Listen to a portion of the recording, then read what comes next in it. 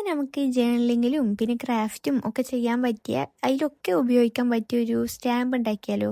Stamp പറഞ്ഞാൽ നിങ്ങൾക്ക് മനസ്സിലായിട്ടുണ്ടാവും.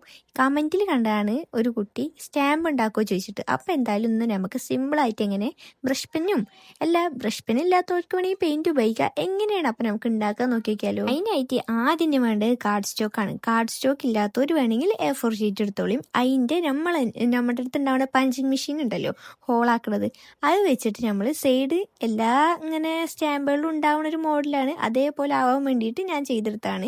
നിങ്ങളുടെ അടുത്ത് അതുണ്ടെങ്കിൽ അങ്ങനെ ചെയ്യുക, അല്ലെങ്കിൽ സാധാരണ നമ്മുടെ കത്തിയൊക്കെ വെച്ചിട്ട് ചെയ്താലും മതി. അത് കഴിഞ്ഞിട്ട് നിങ്ങൾക്ക് ഇഷ്ടമല്ല ബ്രഷ് പെന്നാണെങ്കിൽ ബ്രഷ് പെന്ന്, പെയിന്റ് ആണെങ്കിൽ പെയിന്റ്, അത് വെച്ചിട്ട് ബാക്ക്ഗ്രൗണ്ട് നിങ്ങൾക്ക് ഇഷ്ടമല്ല കളർ വെച്ചിട്ടൊന്ന് സെറ്റ് ചെയ്തെടുക്കുക. ഞാനിപ്പോൾ ഇത് സിമ്പിളായിട്ട് ചെയ്യണോണ്ട് തന്നെ ഒരു സിമ്പിൾ തീമൊക്കെയാണ് ചെയ്തിട്ടുള്ളത്. ഒന്ന് സ്ട്രോബെറി, പിന്നെ ഒന്ന് ബനാന, പിന്നെ ഒന്ന് സാധാ ഒരു ഫ്ലവർ ബൊക്കെ പോലെയാണ് ചെയ്തിട്ടുള്ളത്. അപ്പം ഇനി അടുത്ത വീഡിയോ ആയിട്ട് ഞാൻ എന്താണ് അപ്ലോഡ് ആക്കേണ്ടതെന്ന് ഉണ്ടാക്കേണ്ടതെന്ന് ഒക്കെ ഉള്ളത് നിങ്ങൾ കമന്റ് ആക്കും. അപ്പം അതിനനുസരിച്ചിട്ട് ഞാൻ ഉണ്ടാക്കാം. പിന്നെ പ്രത്യേകം പറയാ, നമ്മുടെ ഈ വീഡിയോസൊക്കെ ക്യൂട്ടായിട്ടുള്ളതും എസ്തറ്റിക് ആയിട്ടുള്ളതും സിമ്പിൾ ആയിട്ടുള്ള ഈ ക്രാഫ്റ്റ് വീഡിയോസും ഒക്കെ നിങ്ങൾക്ക് ഇഷ്ടപ്പെടുകയെന്ന് വെച്ചാൽ എല്ലാവരും വീഡിയോസ് കാണുന്ന എല്ലാവരും ഒന്ന് സബ്സ്ക്രൈബ് ചെയ്ത് സപ്പോർട്ട് ചെയ്യണേ.